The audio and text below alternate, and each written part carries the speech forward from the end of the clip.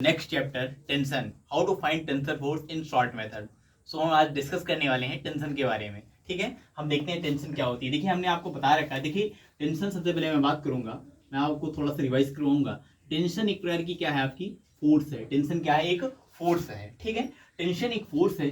और जो tension force होती है ये ओनली आपकी कहाँ लगेगी, स्ट्रिंग में। किस में लगती है, आपकी स्ट्रिंग में। स्ट्रिंग टेंशन फोर्स आपकी स्ट्रिंग में लगती है। और जो आपकी ये टेंशन फोर्स होती है, ये टेंशन फोर्स जो होती है away away away from the body, away from the body क्या लगती है, आप देखेंगे यहाँ पर अवे फ्रॉम द बॉडी, ये बॉडी से अवे लगेगी। यहाँ पर आप बॉडी कह सकते हैं या फिर ब्लॉक कह दीजिए, एज यू विश। तो ये आपकी अवे फ्रॉम द बॉडी होती है, स्ट्रिंग में लगती है। और आपकी टेंशन एक प्रकार की फोर्स है। अब ध्यान से देखिए, अगर आपसे कहा जाए इफ स्ट्रिंग इज, देखिए टेंशन यहां समझेंगे, sorry, tension is same through out the string, tension is same through out the tension is same through out the string. Tension आपकी क्या होती है, through out the string same होती है।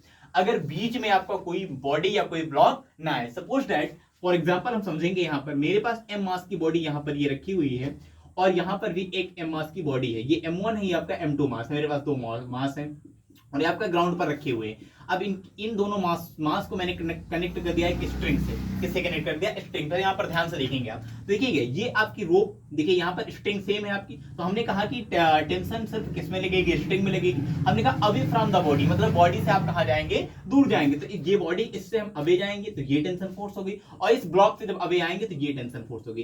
क्या आपको इस पूरी स्ट्रिंग में कोई मास आपको दिखाई दे रहा है, कोई मास नहीं दिखाई दे रहा है, तो हम कह सकते हैं कि आपकी टेंशन फोर्स यहाँ पर सेम है। इसका मतलब अगर इस पॉइंट पर आप देखेंगे तभी टेंशन वही है, टी ही रहेगी। इस पॉइंट पर देखेंगे तभी टेंशन टी रहेगी, इस पॉइंट पर देखेंगे तभी टेंशन टी रहेगी, इस पॉइंट पर देखेंगे तभी, मतलब थ्रू आउट द रोप, पूरी रस्सी में आपको हर एक पॉइंट पर टेंशन फोर्स आपको क्या मिलेगी, सेम मिलेगी।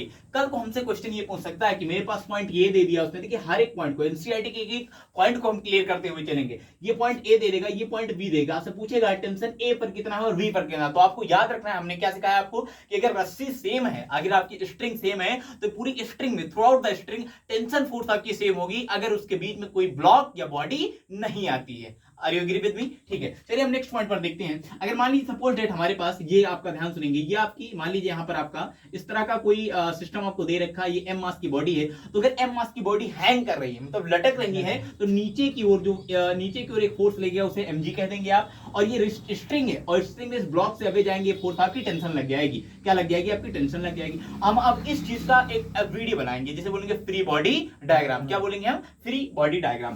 फ्री बॉडी डायग्राम क्या कहता है, फ्री बॉडी डायग्राम कहता है कि किसी एक बॉडी पर या ब्लॉक पर कितनी फोर्सेस लग रही है, वास्तव में उन फोर्सों को हमें डिपिक्ट करना है, दर्शाना है। तो हम इसका जो एफबीडी बनाएंगे, इसका क्या बनाएंगे, हम एफबीडी बनाएंगे। ध्यान सुनेंगे, हम इसका एफबीडी अगर बनाएंगे, समझ आ रहा है सुमित? ठीक है, अगर इसका एफबीडी हम बनाएंगे तो यहां पर आपको देखना है, ये आपका एम मास की बॉडी, नीचे की ओर कौन सी फोर्स लग रही है, आप देखेंगे mg लग रही है, और ऊपर की ओर कौन सी फोर्स लग रही है, आपकी ये टेंशन फोर्स लग रही है। तो क्या आपको तीसरी और कोई फोर्स दिख रही है इस बॉडी पर? नहीं दिख रही ना। तो हमारे पास टू फोर्सेस हैं और टी के इक्वल में आपका क्या आ जाएगा, mg आ जाएगा। क्लियर है आप?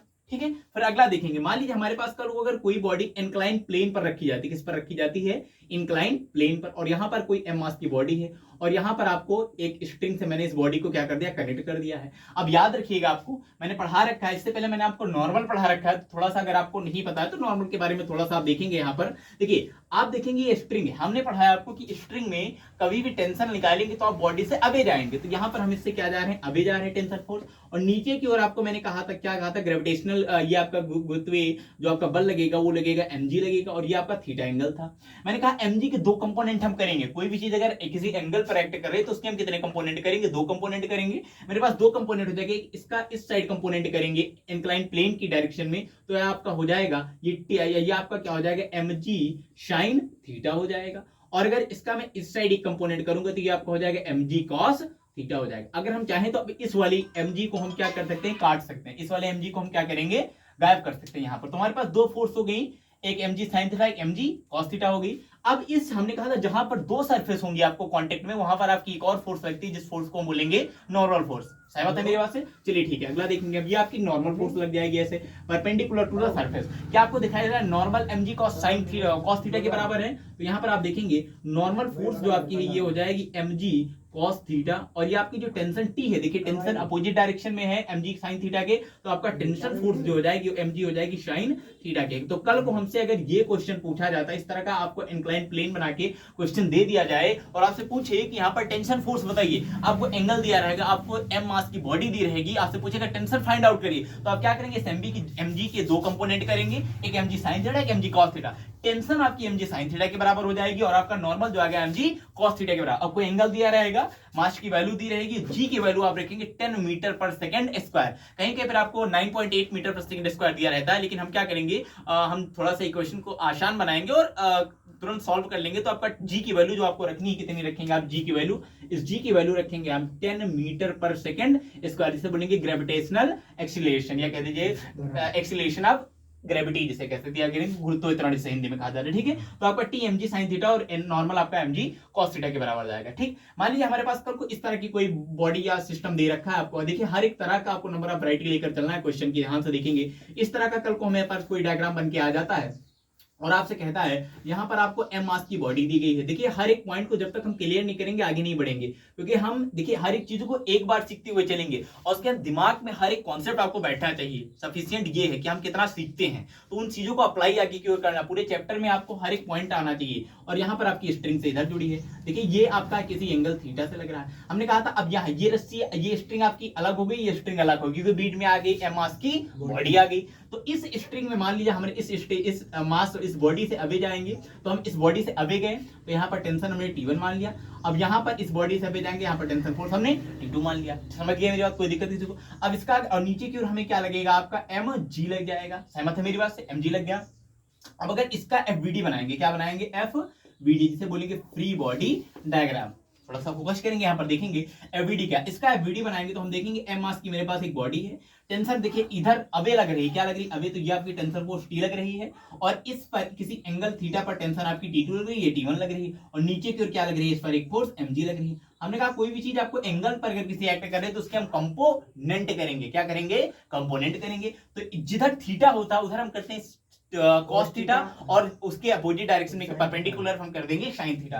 तो इधर हम इसका कंपोनेंट करेंगे, तो इस डायरेक्शन में आपका आ जाएगा T2 cos थीटा हो जाएगा, और इसका परपेंडिकुलर जाएंगे तो लिखेंगे थीटा नहीं तो लिखेंगे T2 sin थीटा हो जाएगा। यहां पर आप देखेंगे T2 sin थीटा जो है mg के बराबर नहीं दिख रहा है आपको, T2 sin थीटा और नीचे आपका mg लग रहा है, तो यहां पर आपका अगर इसका देखेंगे तो T2 क्या देखेंगे आप? T2 sin थीटा बराबर कितना हो जाएगा? mg हो जाएगा। इस तरह से आप निकाल सकते हैं। अच्छा, इस तरह का सिस्टम आपको कर दिया गया क्वेश्चन में। और यहां पर देखेंगे अगर T1 जो आप देखेंगे तो T1 किसके इक्वल है?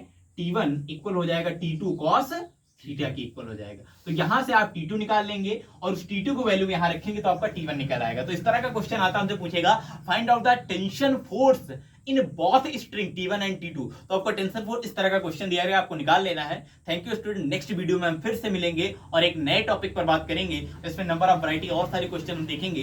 तो कल के लिए मिलते हैं। Thank you students.